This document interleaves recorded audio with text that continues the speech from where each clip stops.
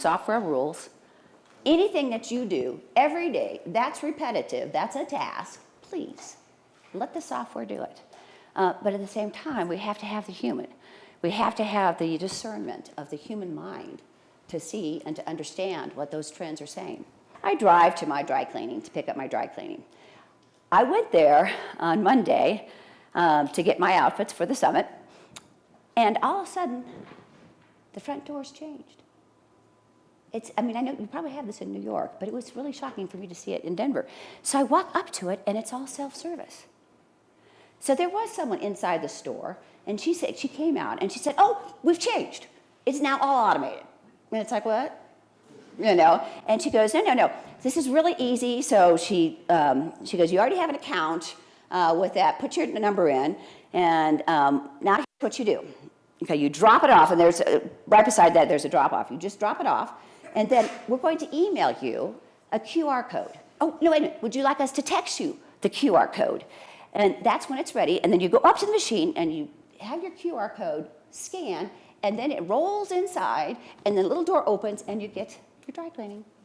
And I thought, oh, God, I could do this 24/7?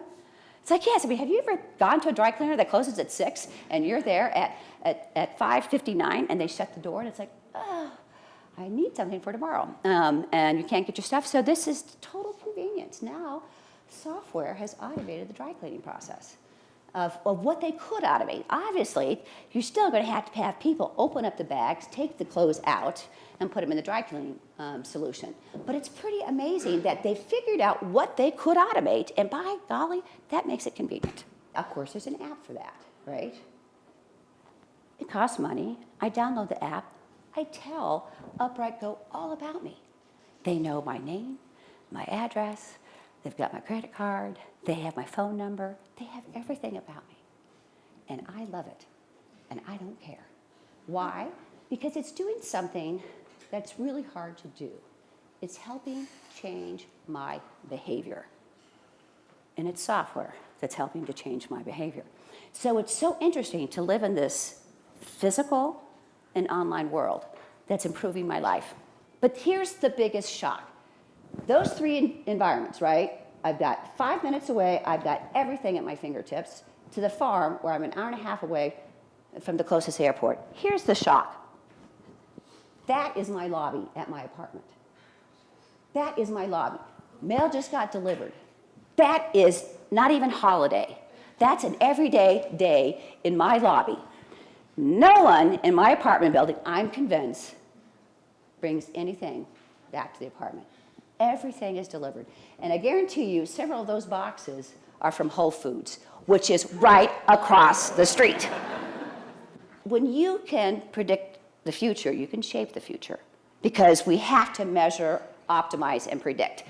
I'm always struggled, and now we've got such great software to help us, but I've always struggled with our companies that spend so much money in buying media and buying traffic and don't spend enough time optimizing their website. Media mix modeling is done with algorithms, and it's done historically looking at what was your mix then, what was it now, what was the impact of revenue. You usually do it once every 6 months, it costs a ton of money, and then it's only backwards looking. So we want to change that, and I think we're going to achieve that, and I've challenged our data scientists to pull this off, and I know that they will, but we want to do media mix modeling on a frequent basis and let the software do that. Because we now have everything connected, right? I have all inputs connected. So now that I have the data at one place, I can do media mix modeling on a regular basis. So you can experiment, so you can change your budgets, you can move from here to here. And what happened, and then we can tell you what that attribution did for you.